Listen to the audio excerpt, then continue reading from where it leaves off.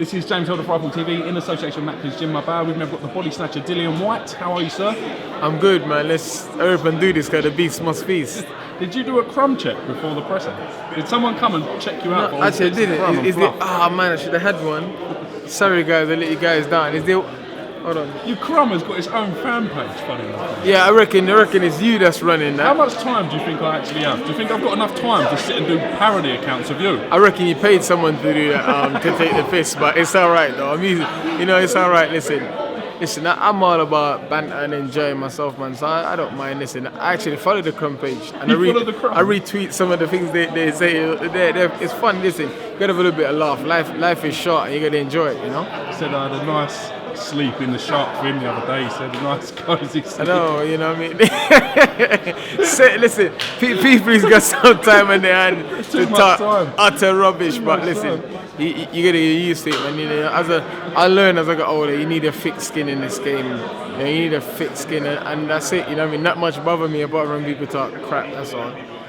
In the press conference today, we saw Dave Allen's manager Steffi Ball here. You had some sort of an offer for him. You're struggling to get an opponent. You offered Dave Allen the fight during the press conference. Could you elaborate on that for me?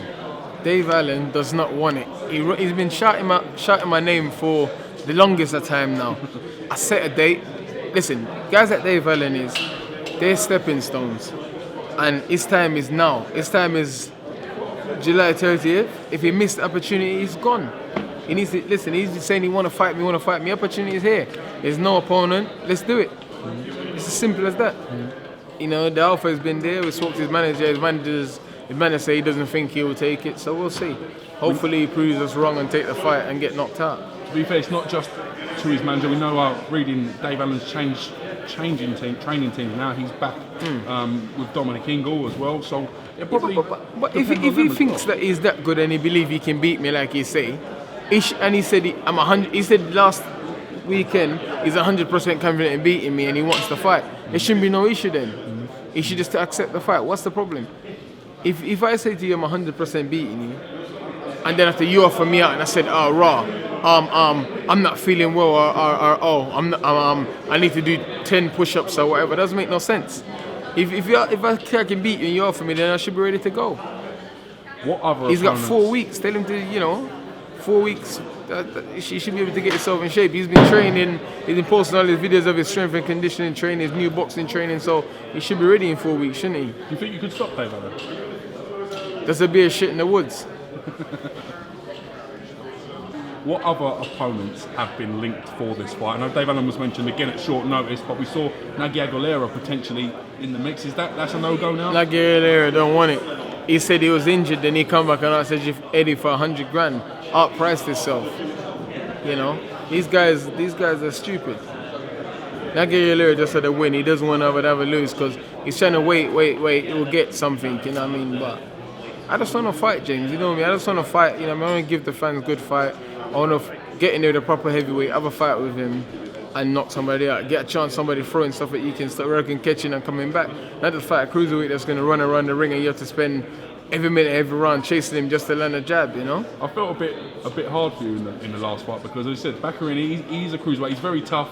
He's been in with a lot of tough sort of cruiserweights, but effectively he's not the guy that you're looking for. I'm the only heavyweight that stopped him because he's out mobile and outmaneuvered him. You know what I mean? Cruiserweight stopped him. Cruiserweight's a little bit quicker than heavyweights, as anybody know. But Baccarin, listen, credit to him. He accepted the fight on a week's notice. I never expect he was going to come and stand and trade with me, would he? Anybody with sense wouldn't want to exchange punches with me because when you exchange punches with me, a good chance you're going to end up on the deck. So, and I've proven that time and time again. So, but, it is what it is, man. You just have to just move on. I was a bit peed off after the fight. After watching the fight back, I thought it was alright. There's things, my fitness was good, physical condition was good, and I was on him the whole fight. Everywhere he went, I was cutting him off and I was letting punches go. That was the main criticism after the Joshua fight. People were saying that your condition wasn't as good as it can be. And they was right. I'm working it now, and this conditioning thing, it takes a while. It's not a 2 month, 3 month, 4 month period. It takes a while. It might be 6 months. It might be 12 months before I get into where I need to be, and I understand that. Obviously, listen, I was brought up the hard way. I never had no science and no finance and that backing me. I came up the hard way. I went out I did it by myself. I went and chased it by myself, grabbed it, did it by myself. But now I realize you can't do that.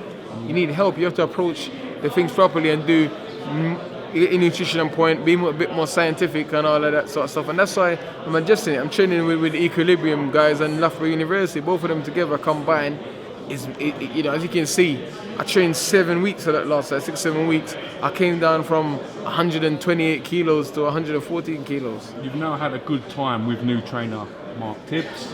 How have you found that transition, and what do you think he's sort of adding to your style, if you like? With Mark, it's about tightening up and throwing that extra punch. You know, you giving that extra shot. Instead of throwing one, giving 2 threes. And that, as you see, when I put 3-4 punches together, I stuck back here. I was looking for one, and after it didn't work. And as soon as I started putting them together, I stopped him. Sometimes you seemed a little bit over-eager in the backroom fight. Is there a lot of pressure on yourself where you want to impress? I put a lot of unnecessary pressure on myself because I think, okay, I've been off for a while. I've had a shoulder injury. I need to come back, prove to the fans, you know what I mean, that I'm good, I'm on point with a good knockout. So I did put a bit of unnecessary pressure on myself. I'm back here and didn't want to fight, so I couldn't do that. Whilst I should have gone in there as a sparring session, box him and taking him out. But I thought I wanted that highlight real knockout, you know what I mean? I wanted to hit back here and put him away properly. But you know, that's how it goes. You know, I'm still learning. I'm still working lots of things. You know what I mean? So it's just another learning curve that I got over. You know. I know you fought in Leeds before, not quite of the magnitude of the venue that you'll be fighting in on the 30th. Yeah. What's it going to be like? And are you looking forward to having that big, crazy Everyone's crowd we've all told seen me on how the telly? amazing it is. I've seen it on the telly, and you can feel the vibe. You know what I mean? So I'm looking forward to it. I can't wait. I think I'm going to thrive off it, and I can't wait. You know what I mean? Hopefully I'll build up a new fan base up here and get good support. You know what I mean? And hopefully I'll knock somebody out as well, and the Leeds fans will go mad. Where'd you get these DW shirts from? I get them handmade. Handmade? I've always had my stuff handmade because the way my body is, I got these long ass arms, I got wide shoulders and a small waist, so I have to get I can't just go to the shop and just get stuff off the shelf, you know. So you've always had bespoke clothes made then? It's not really bespoke. I just like to do my thing, man. I'm a little bit different. I just like to do stuff a little bit different, that's all. I like to tag my stuff so I can remember who they belong to, that's all. When you got lots of brothers and sisters like I do, you know what I mean, you gotta, you know what I mean, there's 20 white shirts in the house, you gotta make sure that you know which one's yours. No, that's mine. Oh, no, that's yours. No, that's mine. This is DW on it. How many brothers and sisters have you got? It's 12 of us. 12? That's nothing. I know. That's nothing. My dad's one of 18. Yeah, but 18 in my family now. My mum had 12. I'm not sure how much more my dad had, but you know. You know, the famous joke is I always say to my mum and my dad, and that, what didn't you have TV when you was young? And after my mum always laugh, you know. I've only met one of your brothers. You met 2 of my brothers. I met 2 of your brothers. Yeah. You know, I like to keep my family away from this boxing stuff. You know what I mean? When I finish gym, I finish fighting, I go home with my family and I just switch off, you know what I mean? Spend time with the kids, try and see them when I can, because I'm always away training, you know. It must be hard for you having to spend so much time away from your kids and stuff, man. You know, it is hard, but it's a sacrifice that you have to make because I'm preparing for them in 5-10 years' time. I make sure in 5-10 years' time they can go to any school they want, do whatever they want, eat whatever they want, buy whatever they want. I couldn't do that stuff as a kid growing up. So this is where I make the sacrifice, and the good thing is my children understand. You know, and I'm grateful for that as well. Listen, keep doing what you're doing. The progress has been great. It's great to see you losing that caveman mentality and becoming in 2016. I'm evolving. You're evolving. Evolution. Yeah, that's it. You know what I mean? It's all about, life is about evolution, man. You know what I mean? And the minute you start being ignorant and stop evolving, then you're only going to get so far, which I find out. And now it's about, you know, getting back to that, man. Open-minded. Yeah. What are you gonna say? I'm waiting for you to say something. I know that you got something in your mind. What are you gonna say? You're gonna say about Crumbs or about Stormzy? What are you gonna say? You're gonna say something. Just get it over with. Just get it over with. Say something. Shut up. I knew you was gonna say something stupid. That's dead now. dead. No, it is dead. That's dead. We need something new. I want to talk to you about AC/DC a bit more. I got a lot of stick about my last comment for mocking AC/DC. Of course, Yeah, why are you mocking AC/DC, I knew fam? who AC/DC You only listen to Bugsy Malone and Temper T. You love too much hype. Listen, Get out the car. I know before you get par, there's no getting par on it. Why don't you come out to Temper T? What for? Well, just curious. Why wouldn't you come out with something like It's too hype. If you're in Not your yet, car, not yet. It's too hype. It's too hype. It's too if hype. you're in your car, you don't listen to AC/DC. I actually do. you Actually, don't. I love AC/DC. I listen to Dropkick Murphy. I listen to the lot. Dropkick Murphy's a tune. Yeah, I know. I think you've got to technically be Irish to come into Dropkick Murphy. Well, I've got Irish blood, and I can come into it if I choose to. You know what I mean? You know, my granddad's half Irish. I could do. Why don't you let us do like an IFO TV mega mix to come out to? Well, what are you gonna do? And then you're gonna go, yeah, it's MC James, yeah, bruv, yeah. The fans is gonna be booing if I come out to that. Coogan giving it the light bulbs, and then you just start You could have kidding. me and Coogan walk you out like with mics and that. Yeah, you should do that actually. It'd be quite funny. I don't mind. We could do that. We could would not palm myself off like that. again, yeah, bro. Man, best walk before man get par. Yeah, bro. Bring I out would the not embarrass myself class. like that. Nah. Listen, the AC/DC thing, listen, it's a crossover tune. Some songs only some people know and can relate to. Someone like AC/DC and Jaws, everybody knows Jaws, young, old, and the AC/DC it's a nice tune, and it gets me in the zone as well. It's a nice tune, you know. Back in Black, you know, it's a nice song. What about Jamrock? Jamrock's a nice song. I listen to that on a Sunday.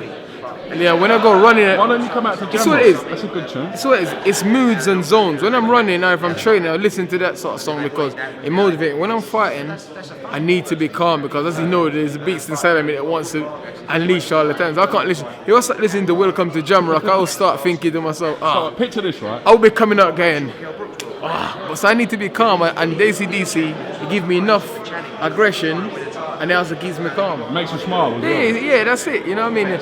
Imagine this, right? The start of the intro, yeah? So it goes, out in the street, They we call it murder. Then all the lights go off, all the fireworks. It'd be great. It would be actually, but you know, I think AC/DC is a nice song. I like We it. could play a little bit of AC/DC at the end, switch into it.